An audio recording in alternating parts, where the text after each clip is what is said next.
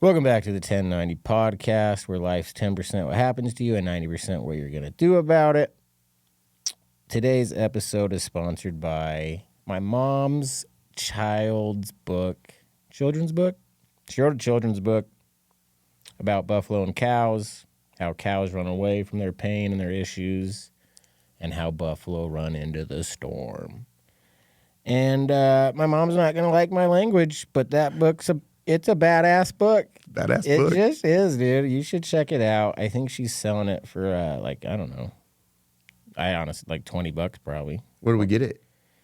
Amazon? Good question, man. You can get it on Amazon. I'm 90% sure you can. Or maybe I should have been more prepared for this. But actually, if you go to my 1090 account, I made a post about it, so you can see it there. All right. But I bet if you type in Casey Sawyer Buffalo book, something will pop up somewhere. All right. Casey Sawyer, Buffalo book. It's really it's a good book, though. So I'm proud of you, Mom. It's awesome. And my favorite part about it is my mom and dad, they set up these scholarships for my brother, Race, who passed away, and my wife, Courtney, who passed away. And I think maybe Ryder, maybe 3 scholarships. But all the money they get from the books, they're donating to those scholarships. Wow. So, she doesn't want your money. It's all about giving back and spreading a good message. So if you want to buy one, you'd be helping a lot of people out. So thank you, Mom. Also in our intro, I'm here with Matt Blanchard. And Matt, you've been through hell. And this is just our intro. We haven't even gotten started yet. But Matt, I value your opinion. You seem like a smart guy. You're a motivational speaker. You're a good speaker. Can I just run this by you? Can I just run this scenario by you? Hit me up. Let's do it. We'll chat about it. And I'm going to put you on the spot. Yeah, do it. I'm ready. Hold on. Let me sit down. No one's going to get that joke yet. Okay, all right. No one knows. That's too early. No one knows you've been paralyzed yet. I like you. I like that you can just laugh about it. Okay, but on our 1090, every Wednesday, we do a Would You Rather Wednesday. Yeah. Because I love Would You Rathers. And my brother Race loved them.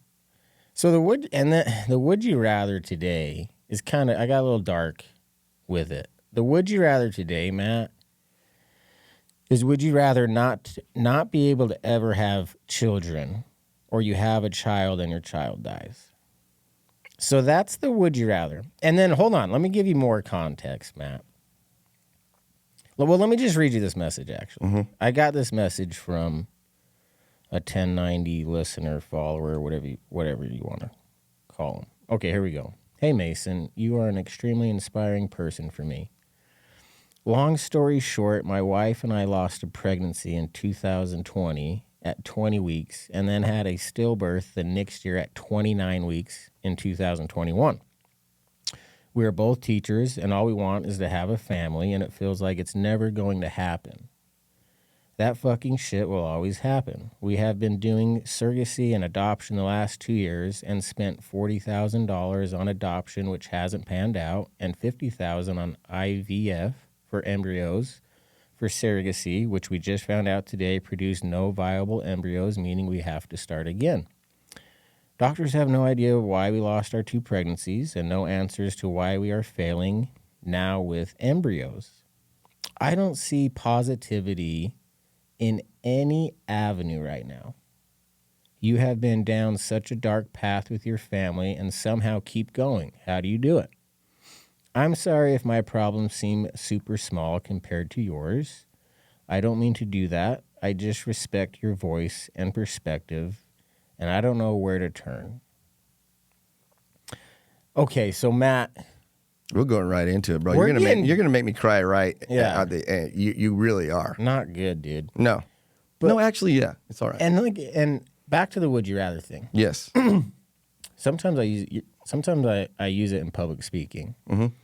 And the last Would You Rather question I ask the crowd is, would you rather have loved and lost or never loved at all? Mm-hmm. And then I tie that back into love every minute I had with my family, wouldn't change it. I'd do it again. I'd marry Courtney, I'd have the kids again. That's the message. Mm-hmm. Okay, Okay, so that's context. It's all floating up there in the air now. So you have this guy's terrible story. You have our would you rather question of would you rather never have kids or have a kid and then lose it? What I don't even know what I'm asking you anymore, Matt, but I guess, like, okay. Would you rather never have loved would you rather have never have loved at all or loved and lost? I think most people right out of the gate would say, well, I'd rather have loved and lost. Okay. And I'm with you. I'm there. But then when you get personal with it, Bro. like, hey, like, I asked the would you rather to the 1090. Like, would you rather never have kids or you have a kid and lose it? Because if your answer is, I would rather have loved and lost, then wouldn't your answer be, I'd rather have a kid and lose the kid? Yes. So our poll today on 1090 is 54% of people would choose not be able to ever have a child. 54%. Avoid the pain. And okay, and Matt, you haven't even talked yet, and I apologize, but I'm trying to set this up for you. But Matt, I'm so confused because I do think it's much worse to lose a kid than to not, like, just the pain of it is much, much worse. So am I wrong? Like, would I rather not have?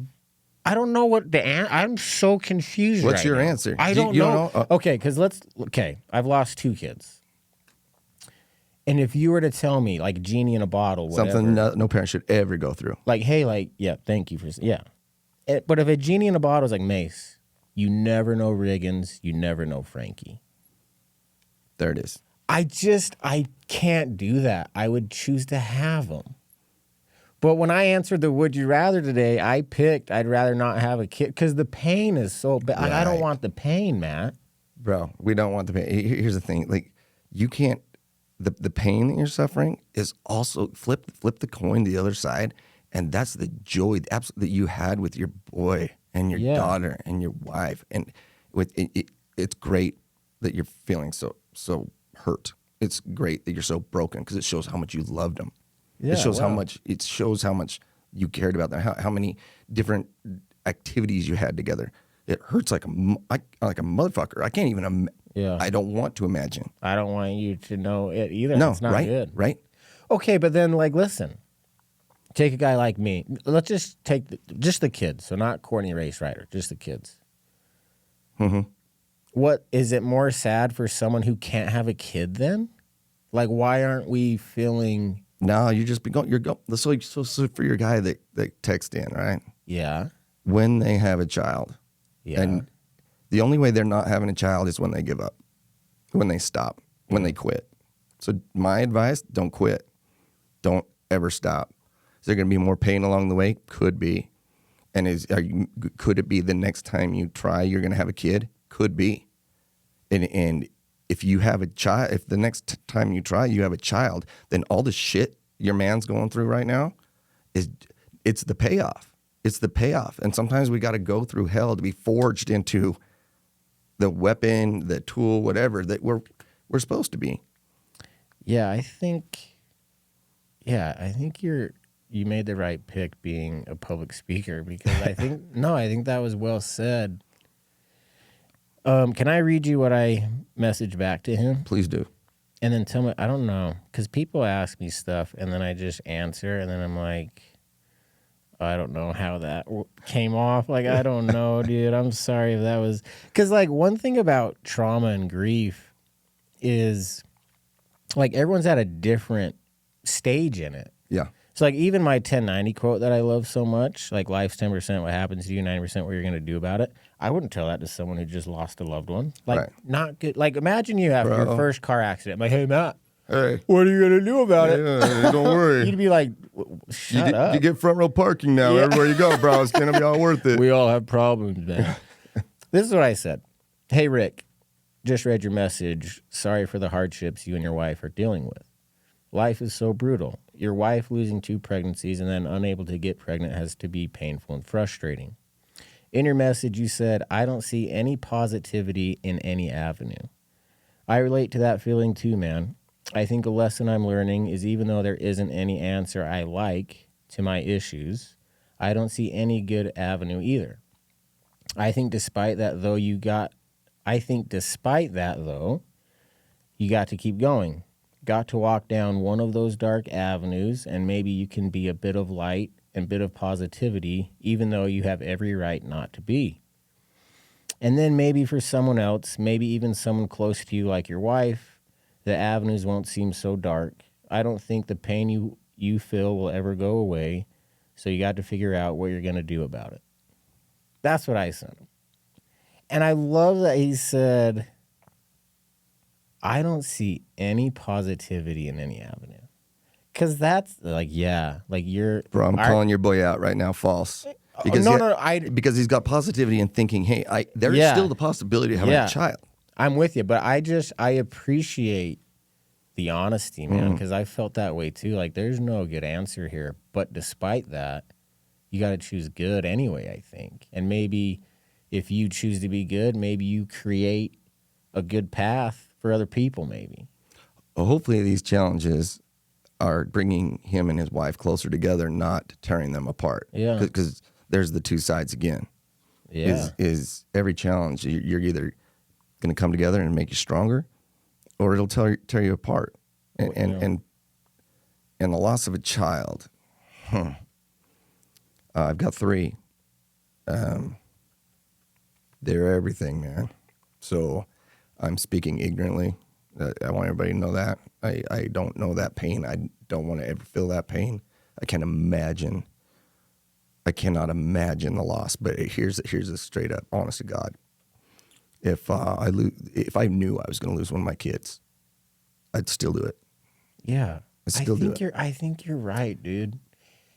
Bro, all the memories, all the soccer games, all the laughing, the giggling, the diapers, I'd do it all again, man. And that, but I don't. I'm not signing up for that shit. No way. Hell no. Well, let's talk about what you did sign up for in our episode today.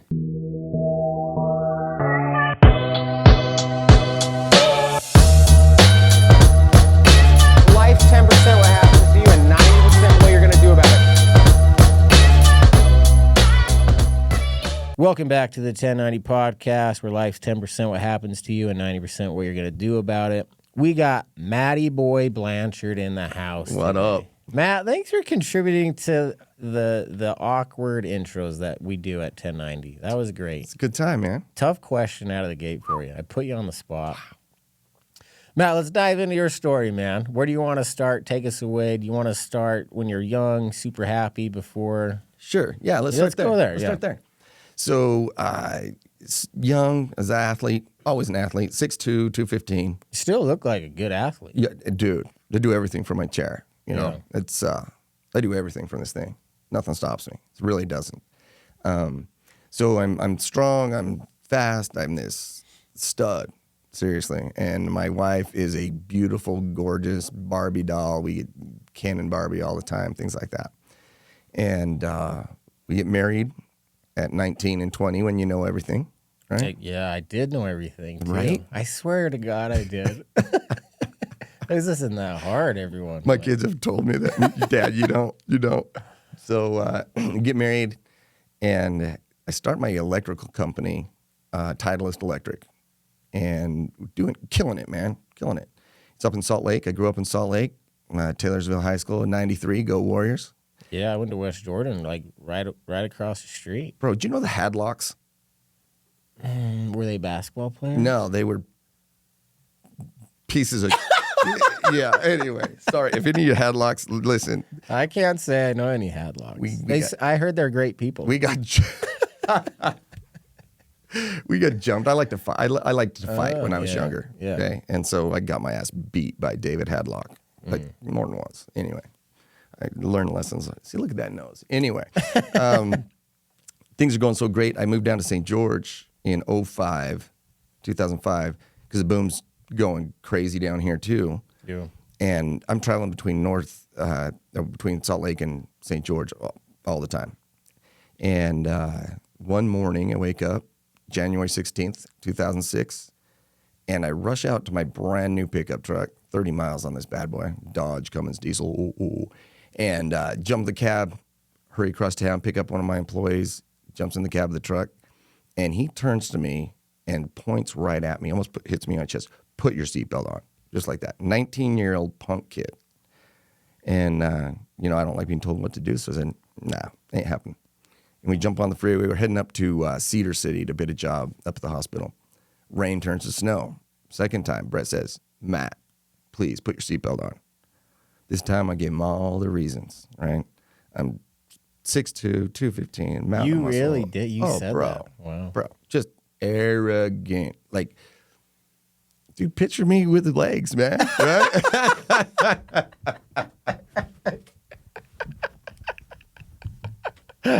Oh, shoot. The confidence. I love it. That's great. So I gave him all the reasons. I just ran the St. George Marathon in 05. You're in October. prime. You're Bro. like just shades below Dwayne The Rock Johnson. Dude, I mean, I'm You're right training there. with that. You're fool, right Yeah, there. I'm right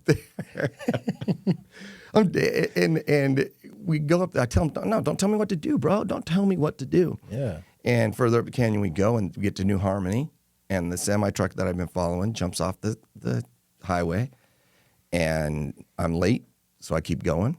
And for the third time, Brett says, Matt, please put your seatbelt on. And for the third time, I said no. Oh, man. Lose control of the back of my truck, roll a couple times, back goes in the steering wheel, paralyzed below the waist. That I get cut from my truck. So Brett held me in my truck. Hold on. Sorry. Yeah. Are you conscious? No, bro. Unconscious? The whole time. You're awake. Conscious the whole time. So with the Well, and truck, what are you like going through shock? Is there a lot of physical pain? Are you screaming, or is it just like what is it like? no pain. Weird. Very weird. So my back went into the steering wheel, and instead of snapping into like a pencil, I suffered a compression burst. So 2 inches above my belly button, the vertebrae in my back, there was so much pressure that it grenaded, and a piece of the bone went into my spinal cord. And I'm laying there, and my truck's on its side, and everything's dark, everything's black. I can't make out where anything's at. And I realize my hips are covering my face. Oh my God. So I look up over my head, and I grab my knees and pull them back down the floorboards. Now, Brett's buckled in right here. You grab your legs and From above my head, bro. dude. So- And are you doing this like you're drinking coffee, like calm, or like what? I don't get kinda, this. yeah, Like you're seriously. just all right. I should probably put my legs over here. Yeah. This is, and honestly, like So confused. I'm sorry I'm asking all these questions, but like I've had so many family members die in a car accident, and I've always wondered, like, what is it like for them in these last moments? So, for me, hearing that there was no pain like pain, that, bro. that's very comforting for someone like me. Yeah. To hear that. No pain. So, Zero. sorry I had to ask. No, great question. And so I'm sitting on Brett's lap now, laying on the passenger door. And And Brett's good? chilling right here. And we both knew. And I told him, I'm like, Brett, I'm paralyzed. And a highway patrolman saw the whole thing happen, came over. Hey, you guys all right? Jumped on the top of my truck on the driver door, looking down at us. I'm like, I'm paralyzed, can't feel my legs. And so he passes in a C-collar. Brett puts a C-collar on me, and still no pain. I'm probably in shock. I'd imagine I'm in shock. And 2 hours go by because the roads were so bad, and it took them that long to get to us. So You're sitting there for 2 hours. 2 hours. No pain for 2 hours. Zero. And you're just, what are you doing for 2 hours? Brett and I are talking. Yep. Dude, Brett and I there's are this- talking. Dude, this is. It's going to be all right, Matt. It's okay. I can't. We're going to get through this. Hey, and then you get into hope. Like, I think you just broke your legs really bad. I think that, you're just something. But it's, you're trying to talk yourself out of paralysis for sure. And they finally cut me out of the truck, and they transferred me out of the gurney, life flight me to LDS Hospital in Salt Lake, because Cedar City wasn't a trauma one. Yeah. St. George wasn't trauma one. So Vegas is either Vegas or Salt Lake. I grew up in Salt Lake, so hey, let's go to Salt Lake. Get up there, they do MRIs, CTs, X-rays, and I go in for my first surgery so this happened on Martin Luther King Day. I go in for my first surgery on Wednesday, and they open me up, and they take out all the bone and everything. They look at my spinal cord, no damage to my cord that they could see. It's not severed, it's not leaking, nothing like that. Wow. But I'm so big and muscular. They're doing blood transfusions. They can't get the bleeding under control, so they have to sew me up. And I go back in for a second surgery on Friday, and they put rods and screws and baskets and plates. Like right now, I'm held together with 12 titanium screws and rods that go the full length of my spine. And I remember waking up in ICU, and I'm all alone. It's dark, and I spent 10 days in ICU. And I looked down at my right hand, and I had electrodes and tubes coming out of my, and the goal was to sit up, and I could not sit up. I figured they still had me strapped to that gurney, and I'm looking down at my body, can't sit up. And I looked at my left hand, and there was nothing on there. So I'm going to grab my quad, I'm going to pull myself up to a sit. And then as I reached down, I couldn't feel the touch of my own hand. So at 30 years old, I started crying. And I wanted to die. I did not want to live a life of paralysis. I didn't want to do that. And I needed to figure out a way to get this thing over with. And the reason why I couldn't sit up in ICU is I didn't know how to anymore. So all my abdominals. Like you have to relearn all this, or are you just weak with? No, my abdominals gone. Everything gone. And you went from like great athlete, like took pride in their bodies. Yeah. And so not that like if you don't, it's not as bad losing your legs, but like, no, like there's something to be said. Like you were in peak prime condition, and then to go from that to like, I don't have abs now or the legs. To I don't have, I mean. You don't want to live. You're done. Like you're done. Bro, at 30, everything below the waist was taken. Let's just put it that way. Yeah. Everything below the waist. So my wife, so not only do I want to end it for me, but I don't want my wife married to a cripple. You know what I mean? You have like. She didn't sign up for this. You try to self-sabotage with her? Oh, hell yes, I did. You bet. Like being mean to her? Or what? Saying every nasty thing that you could possibly say. Did you know what you were doing? Hell yes. Like consciously doing this. Yeah. You bet. Because I didn't want her settling for this dude in a wheelchair. I didn't want her settling for. I thought she was in love with this 6'2", 215 man. Because you were. That's what I thought I was. Yeah. And I'm more of a man today than I ever was back then. Dude, I'll tell you straight up, I'm a better lover. I'm a better father. I'm a better brother. I'm a better son. Dude, I'm a better human because of paralysis. Now, could I see that when I was in ICU? Hell no. No. And how often when we're right in the middle of the fight, we're down in a trench, man. We're fighting for our lives. For real, we're fighting for our lives. Yeah. And you can't see that this is happening for me. Things are going to be okay. But you can't see that. You don't even want to make it through the day. Why don't you think you can see it? What were you looking at that made you not see it? Oh, bro. Just all the things that had been taken. Not all the things that have been given. And there was a lot taken, not just the body, but yeah. I mean, I came out to meet you today at your truck. Yeah. And you have to take your wheelchair out. You have to screw the wheels of the wheelchair in. And then I've never seen this before, but like the way you drive. Yeah. Like you have these things connected to the pedals and you're controlling it with your hand, and it's like oh my God, like yeah. So like not only do you lose like the big stuff that dude. we all think about, but just like the day-to-day stuff. Like when we're talking, just seeing that for me, I'm like, Jesus. Like, when we're talking day-to-day stuff, we're talking I don't know how to go to the bathroom anymore. Like I need, and not to get too graphic, we can cut this out or whatever, but I use a straw to go to the bathroom, bro. I mean, it's a catheter. Yeah. I still to this very day use a catheter to go to the bathroom. That had been taken. I couldn't go poop without help. I couldn't. And was it hard, especially like a big, strong athlete? Dude. Is it hard asking for that much help? Like you just feel like you shit. Don't ask, dude. You don't ask. You're right. You don't ask. You're like, I'm not asking. Hell no. I'll be unhappy the rest of my life before I ask for help. You bet your ass, right? Yeah. Right? Don't need help. I'm going to do it. I'm going to do it. So finally, I get out of ICU. I get into my own hospital room. Now hundreds of people that had waited 10 days to give me love and support could come in and see me, and we could talk and rap out. I wouldn't open my eyes for anybody.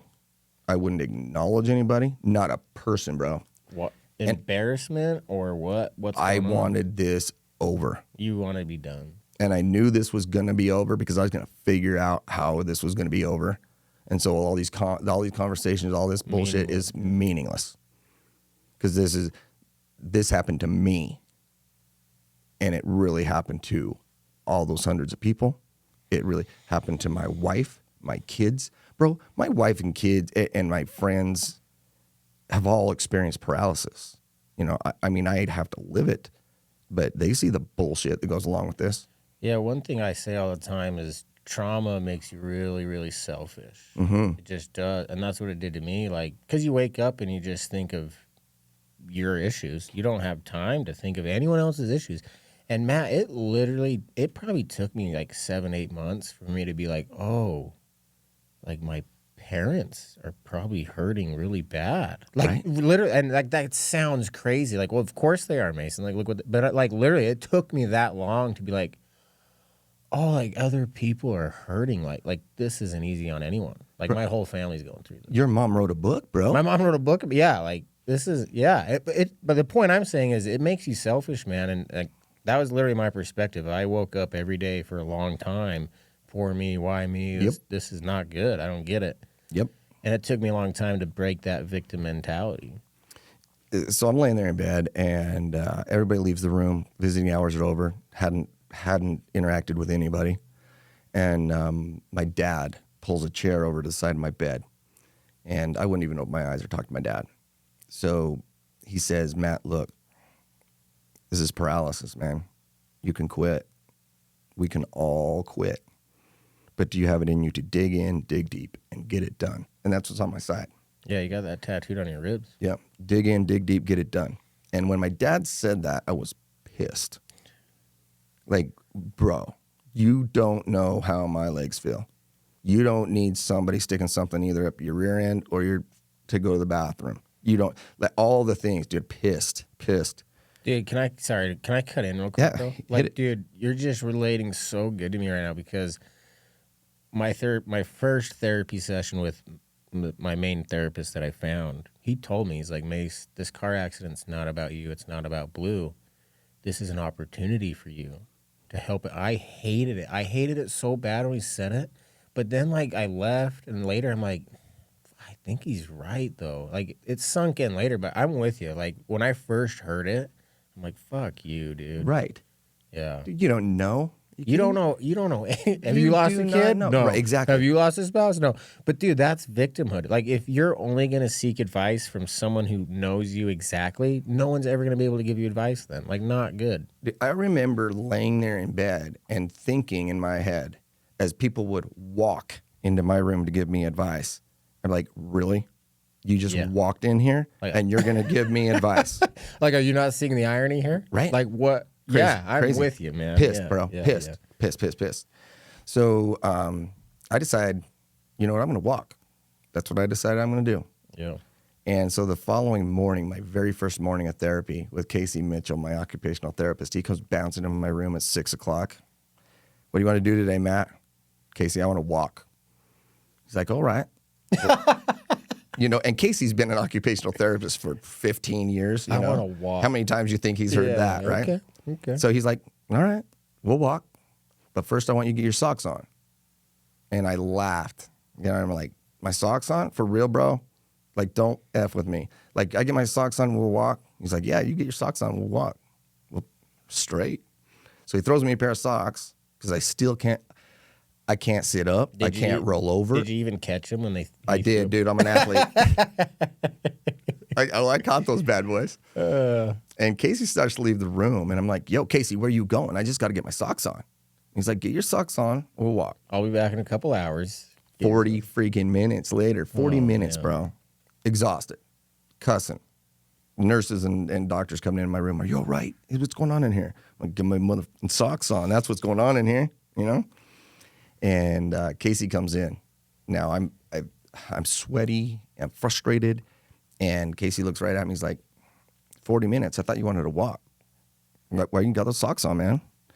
I'm like, really, bro? Come on. Come on. Casey's hard love. Oh, I like it. He knew what kind of guy I was. He did from the get-go. I don't know how, but he did. And then he says, Matt, do you want help? You want help getting your socks on? We'll go walk. I was like, hell no. Hell no. Who needs help getting their socks on? And I realized today that we all need help getting our socks on. For sure, yeah. My socks look different than your socks, bro. But this podcast is helping me get my socks on. And I hope that it's helping anybody that's listening getting their socks on. And we all need help getting our socks on. And, we've all heard you go up to a man and say, hey, how you doing? And he says, hey, I'm all right. Bullshit. That dude's not all right.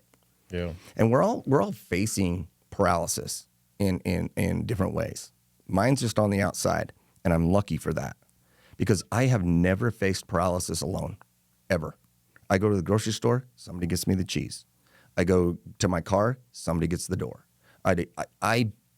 Everybody sees how hard my life is because of paralysis, where if you look at it, bro, I didn't even know your story coming in here. Yeah, you didn't know. And it took my breath away. Yeah, I told you, and you're like, what? Wow, no. I'm like, yeah. You're like, no. I'm like, yeah.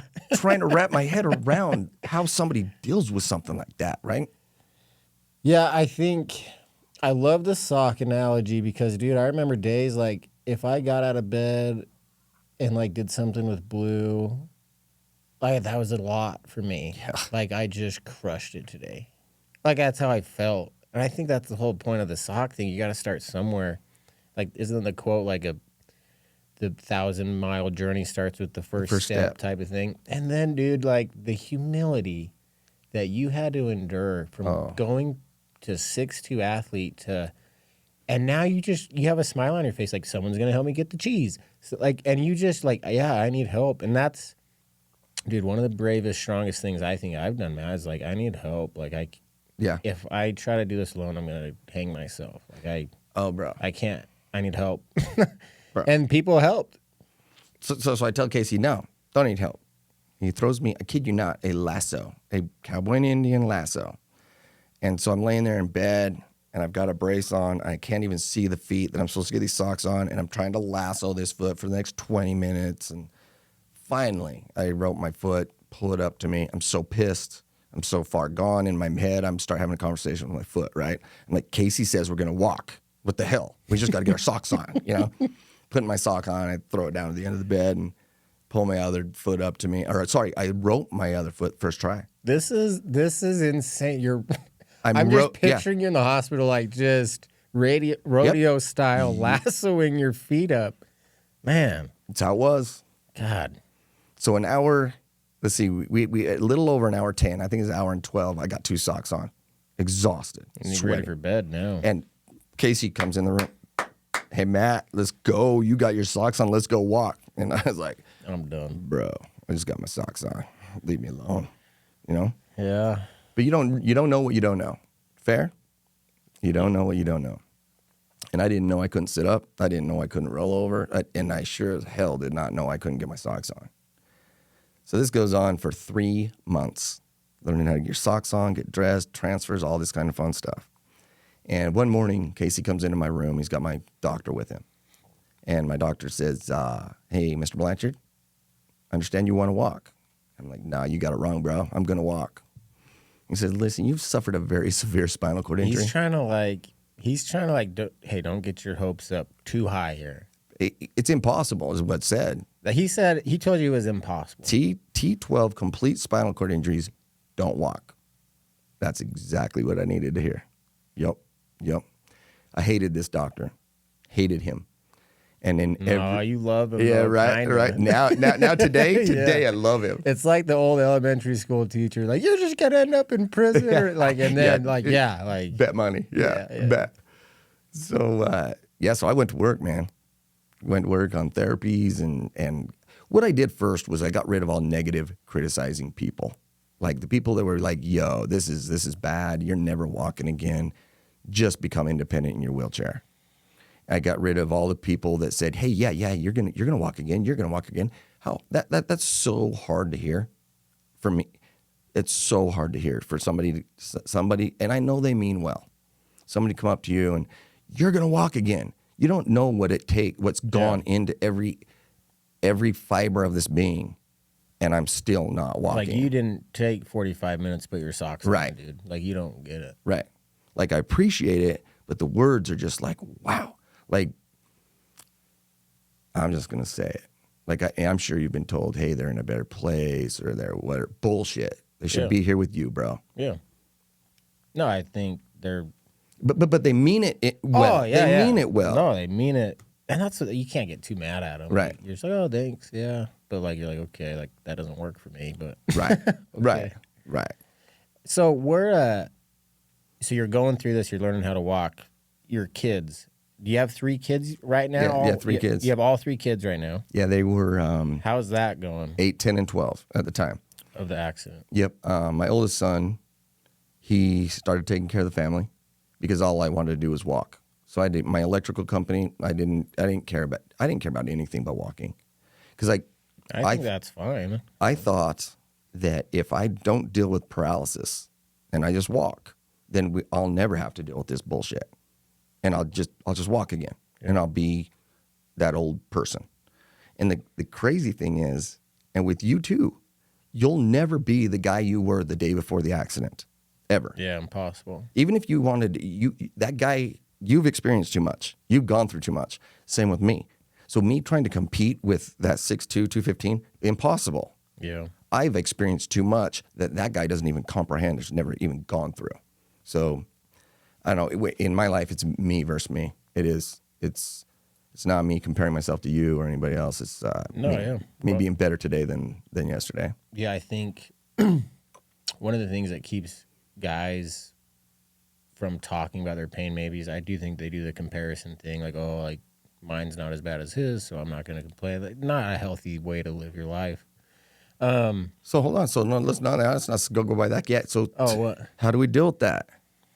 How do we deal with that as men? Because I'm sure people look at me, like today you came out and I told, oh shit, he got to put his chair down. He's got this shit. And the coin flipped real quick when we came in here and you told me about what happened with you. And I'm like, holy shit. Yeah, you're like, usually I have the story. And then you felt really bad for me. I'm like, well, I just feel really bad for you. Like, I think we just related to each other's pain, even though it's totally different. But there's so much in common within the pain. But, like, I do think if you play the game of comparison, you do this. And guys just do that. We compare ourselves in every aspect of life, not just grief. But, like, when things get hard, I do think men look to the side like, oh, like, I'm just going through a divorce. Like, this guy lost a kid, and he still goes to work, so I should probably just not say anything. I think a lot of guys do that, and they need to understand, like, dude, you need to talk about your pain if it hurts you. Like, you got to talk about it and be vulnerable. Talk to your wife, man. Like wife, friend, mom, dad, anyone, kid, with somebody. Like, hey, like I'm not doing good, man. You want to get a closer relationship with your kids? Talk to your kids about your insecurity. Become vulnerable. That's what I've done. I've just opened my mouth and talked, and it's helped save my life in a lot of different ways. Not only do I vent out my anger and sadness, but then I, like the law of attraction. Yeah. I'm just finding people like me, and I'm like, man, I'm actually not alone at all. Because the feeling of loneliness can just be overbearing sometimes. It's facts. I mean, and I remember thinking, I've got to do this alone. And nobody understands, and nobody understands. And I think, dude, part of the humility of it is you have to take advice from people who don't understand you at all. You just do. Like, and it sucks, and I get it, but, like, they have good things to say. And I just having this thought just now. What about, okay, fine, they don't understand. Then explain it. Explain it. And then they'll understand the pain that you're going through, and maybe your pain relates to their pain. But first, we've got to be vulnerable as men, and you know, gentle is strong. Yeah, gentle is strong. Not I'm a badass, and I am a badass. I think you are too. Yeah, but I am very open. I'm an open book, man. Let's talk about your daughter's getting married. You're getting, and give us the timeline too. Like, years have gone by, but you're on the verge of walking again. Yeah. And correct me if I'm wrong, but your daughter's getting married soon. And that's extra motivation for you. Like, hey, like I want to walk her down the aisle. Yeah, amen. So get us to that. Kind of move us over there with your story now. So my little girl because listen, we've talked about hope before. You mentioned hope, and hope is great, but it can just be the worst thing. Yeah. And like, guys, it's about to get worse for Matt. If you have hope that it's about to get better, remember you're listening to the 1090 podcast. It's about to get worse. All right, Matt, take it away. So I'm killing it, bro. Yeah. I'm killing it in life. I'm to the point where, now remember, it's impossible, right? You cannot walk again. You can't. Impossible. And anybody who ever tried to climb Mount Everest died until they did. And now how many people have summited Mount Everest? The 5-minute mile was a big thing when I was in high school. That's been broken now, yeah. Bro, the 4-minute. Do you know that? Yeah. There's a sub 4 in Cedar City, 3:57. That's impossible, man, until it happens. Right. So what I needed to hear from that doctor was this is impossible. And he pushed me in every therapy, every single therapy. I thought about this physician. Tell me I can't do this. It's impossible. Nobody's ever done it. Become independent in your chair. Bullshit. I get to decide. So I'm walking with one single point cane in my left hand. You're walking, dude. Dude, I'm walking. Like you did it. I did. Bro, I put my wheelchair away and I forced. I got my walker. Dope, dude. I went to Walmart, got one of those blue walkers, with the handle and it has the seat on it and all that. To you, that's like a Ferrari. Oh, bro. You're like, I'm walking, check boy. me out, man. I am walking. That's so cool. Walking into doctor's offices. How long? Like, how long did that take you? Years, right? Oh, yeah. Like 7 years. 7 years. Because some goals take a long time. Yeah. So so it's been 7 years. 7 years. So my little girl's 19 at the time. I know she's getting married one day, right? So September 25th of 2021, she is her wedding date. Now I've only got one little girl, and she's perfect. Okay, and in therapies that was a driving factor that dads walked their girls down the aisle, and we got her done, man. I got it to where I could do it with single point canes fairly well. Sometimes I'd trip her up, and so she wanted me to use my forearm crutches for some reason on her wedding day. She wanted it to be all about her. I don't know. So February 12th of 2021, so 7 months prior to her wedding, I'm going down I-15. I'm almost to the Mesquite exit. I'm a mile away from Mesquite, and a drunk driver crosses the interstate, hits me head on at 120 miles an hour in a Chrysler 300. And I'm going 80 miles an hour in the other direction, so a 200 mile an hour impact head on. Truck starts on fire, and again, I suffer spinal fractures, paralyzed again. So all those years of therapy, gone. In the blink of an eye, gone. But life happens for me, not to me, truly. But like, okay, the second car accident. Mm-hmm. Are you conscious again? The whole time, bro. Oh God. So like, is your thought process like no fucking? Yeah, exactly. My thought process. Serious? Did you know you were paralyzed right away? Immediately, I did again. Like, and all the PTSD, everything's coming back. And are you with anyone? Or no, thank the Lord. So when she hit me on the front quarter panel. Okay. And it kind of pushed the engine and the glove compartment into the passenger seat, and then it trapped me down where the brake and the gas was at. And what broke my back for the second time was the seatbelt. Thank the Lord I had seatbelt on the second time. But tib-fib fracture on the left leg. My complete hip is replaced on my right side. I was in a lot of pain. I was in trouble. And I remember sitting there in that truck thinking, no way that just happened. Like, I didn't know what hit me first. Because when she went through the median, she went through a bush and took out her front headlights. And I've got all this on dash cam. Crazy. This whole impact. And boom, she hits me. And I'm like, what was that? What was that? And I take a deep breath and I say, I'm okay. I'm okay. And I remember looking down at my body, my legs. This leg kind of comes straight here and then hard left. Ugh. Bleeding out my tib fib, and I can just feel the bone sticking out of my leg here, and I can't move my legs anymore at all. And I'm sitting there, and this is how annoyingly positive I am today. I remember thinking, I am so grateful I'm paralyzed because I cannot feel any of this. Crazy. You're insane, dude. Dude. And the crazy thing is all on all on my it's all the audio's there, all the everything. It's crazy. Did the other driver make it, or no? She ended up passing away. You know, something I've said a lot through podcasting is like life just doesn't care. Like it'll give you one hard thing, and then I think I went through a phase where I'm like, oh, because it was hard, like it'll be easier now, and I'm like, oh, like no, it doesn't care. And I think your story is a prime example of that. Like, shouldn't have happened to you the first time. They tell you it's impossible, right? And you somehow find a way. Do it, man.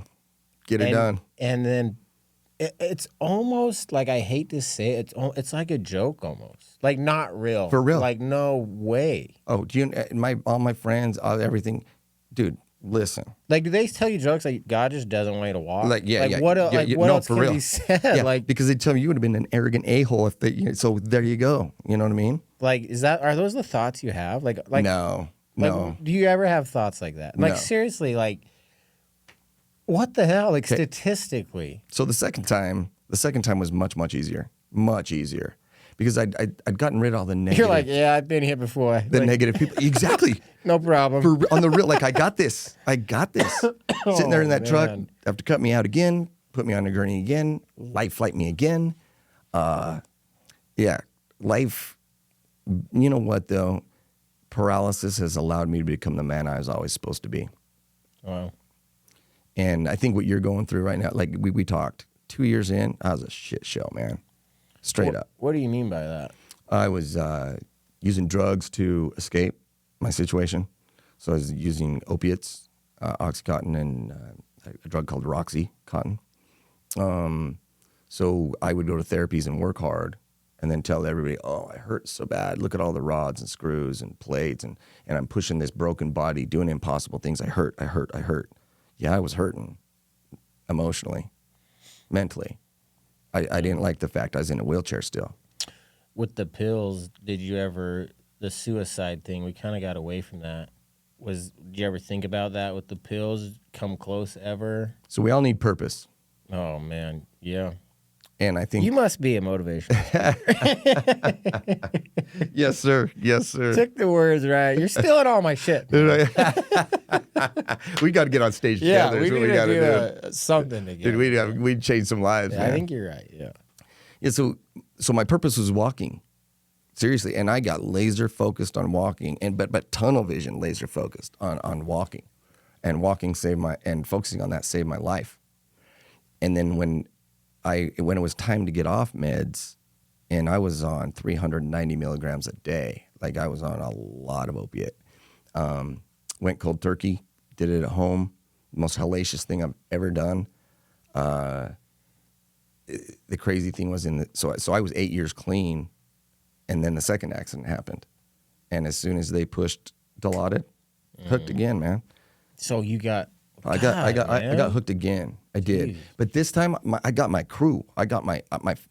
We're not. This isn't gonna happen again. Yeah. You know, because and it's hard because you have to take those meds almost. Yeah. Like you have to. No, dude, you have to. So even like with the knowledge, like, hey, this wasn't like there's like there's no getting around that. Yeah. No, you're in so much pain. Right. You are in so much physical pain. Yeah. And I tried with marijuana.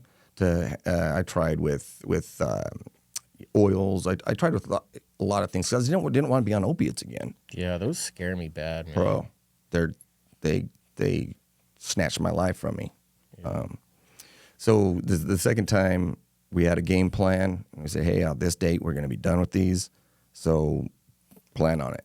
And with my physician, you know, I'm not going to get them anywhere else. You know, so got clean again. I've been clean for September 18th this year was a year clean for me. So I'm just barely over a year clean again for the second time. That's so awesome, though, man. I'm happy for you. Well, and it's because of the people around me. And I say this to anybody that I go and speak to. Show me your friends, I'll show you your future. You're the average of the 5 people that you spend the most time with. And that's facts. That's not a cliche. That's facts. So if you're, bet money, if you're down and depressed, you're hanging around other people who are down and depressed, or you've isolated yourself. And if you're killing it in life, bet money the 5 people you hang around the most are killing it too. And it's so... Yeah, I'm just trying to think who are the 5 people I hang out with the most. I think I got some pretty good people, man. I got some great people. And so if you need some people, you can have some... So that's good for me. Yeah. But it's a shift. You know, if this side of the coin is dark, this other side's light. You can't have one without the other. Yeah. Without being absolutely broken and lost and being, you can't have the triumph of overcoming that. Yeah. And, you know, so we need pain.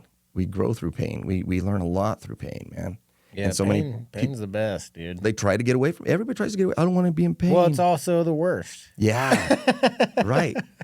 So, like, I get it. But, like, no, like, and what I tell people is, like, where the healing is, where the growth is the same place where the pain is. And that's what makes it so hard to go to therapy and ask for help. And because you open these wounds and it hurts. But then, like, if you keep going, though, like, that pain will turn into the growth, I think. Right. And that's something I've learned through podcasting and therapy and talking. Is I hated it at first. I just talk about it and then cry and drink. And then it turned into other things for me. So, yeah. Like, keep going, I think, is the message. Purpose, man. Find your purpose. Yeah. And talk, man. And I think, like, find your purpose in the pain type of thing. Yeah. Here's what I do, okay? When I'm in pain or if I'm going through some type of challenge, I'm to the point now in my life, what's the lesson to be learned here? Let's learn it and get the F out. Yeah. And so here's straight up, I'll be honest here. I killed it as a father. I'm still killing it as a father. As a husband, not so much. Not so much. I don't believe you. Mace, I take a lot out on my wife. Still, to this day, my frustrations. She's the one that's with me all the time. She's the one, here it is. She's the one that helps clean me up when I have an accident still to this day.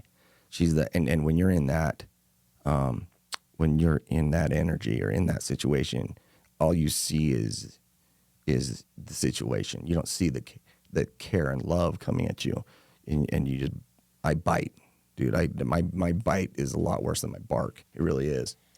I think saying that though means a lot because, I mean, how long has it been since your second car accident? Yeah, let's see, almost 3 years. Like, it's still hard, not just the physical part, but like what it does with the relationships. And dude, like, I think I'd do the exact same thing with my wife if I were you.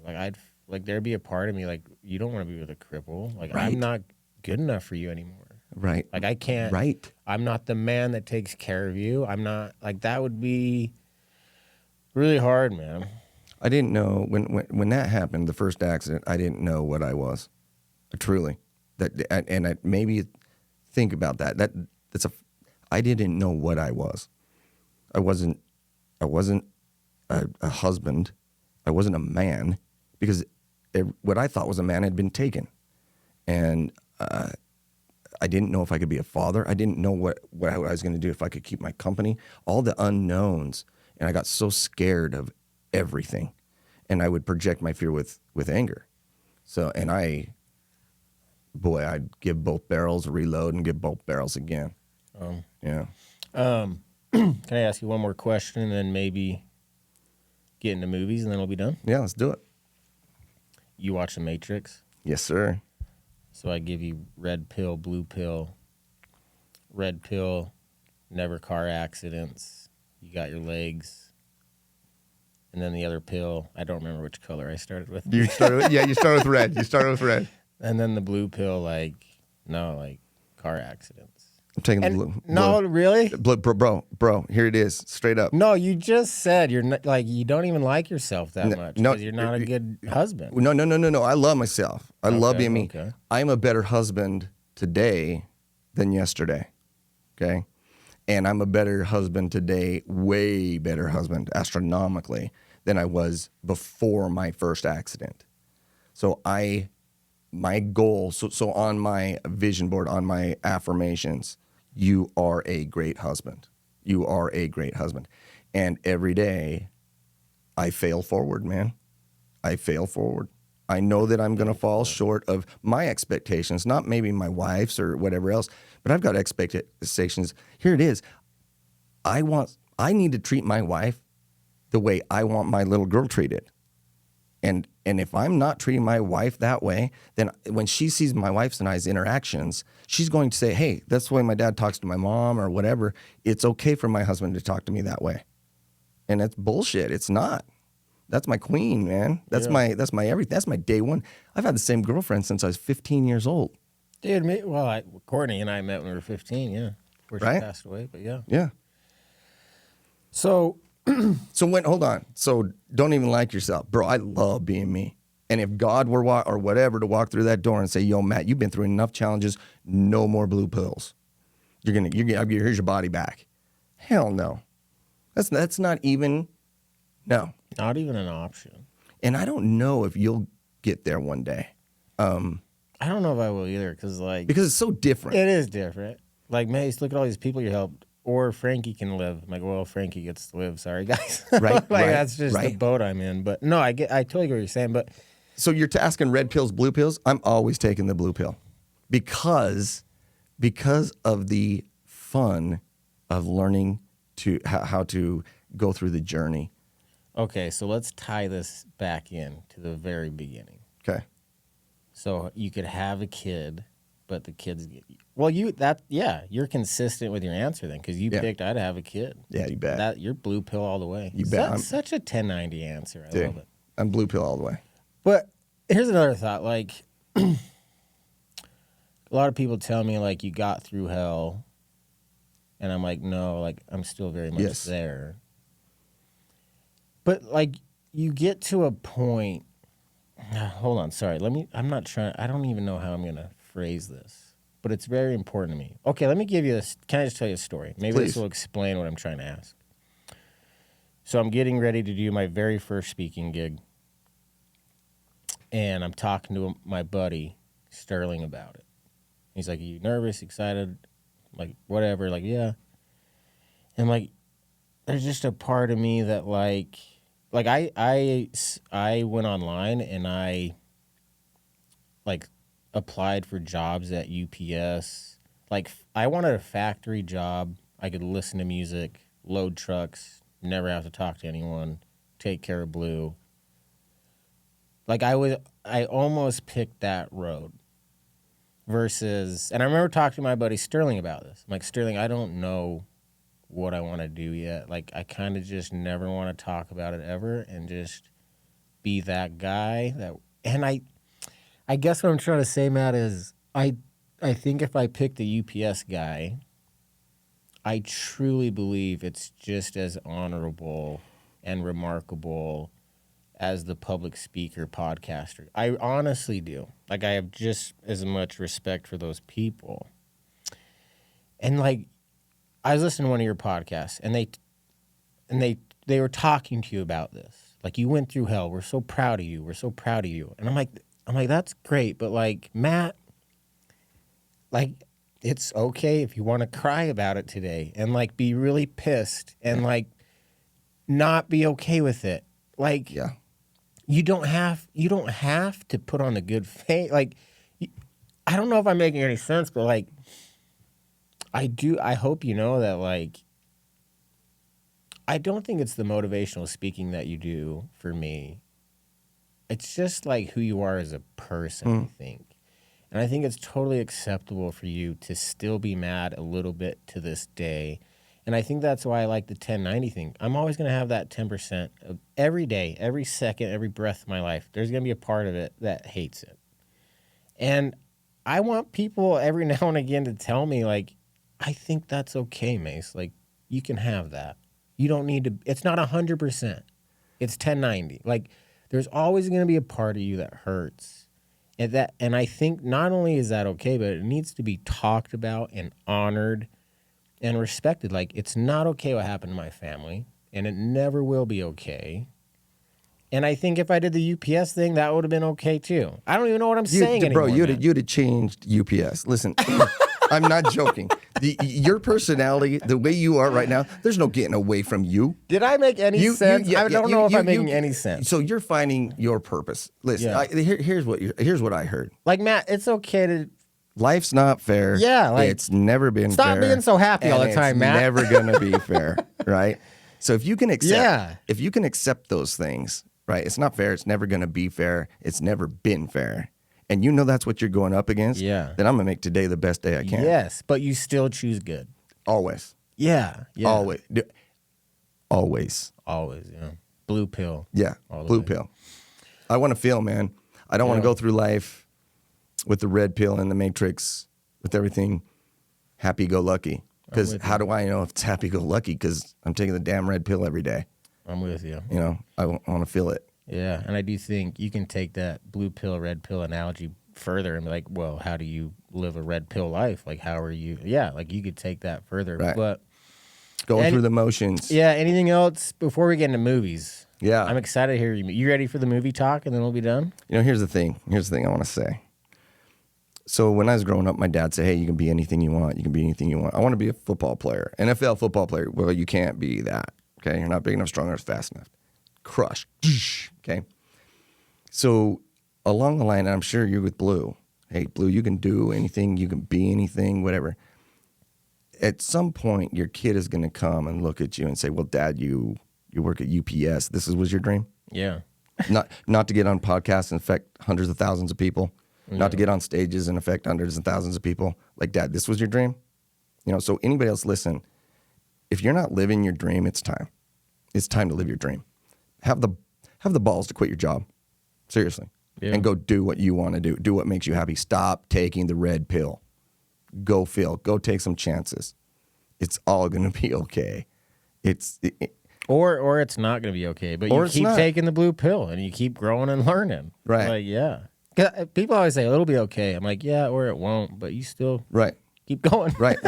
It's going to be okay until it's not. Yeah, right? like, yeah.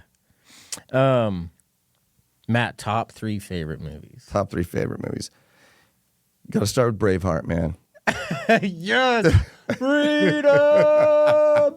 That guy is, boy, he is sound. He is resolute. He is unyielding. Yeah, like my son Blue, I was talking to Courtney about it, but I wanted to name him William Wallace Sawyer. Yeah. Like I was hooked. I'm right there with you. Dude, that guy, a nation over his woman. Yeah. Man, that's a badass show.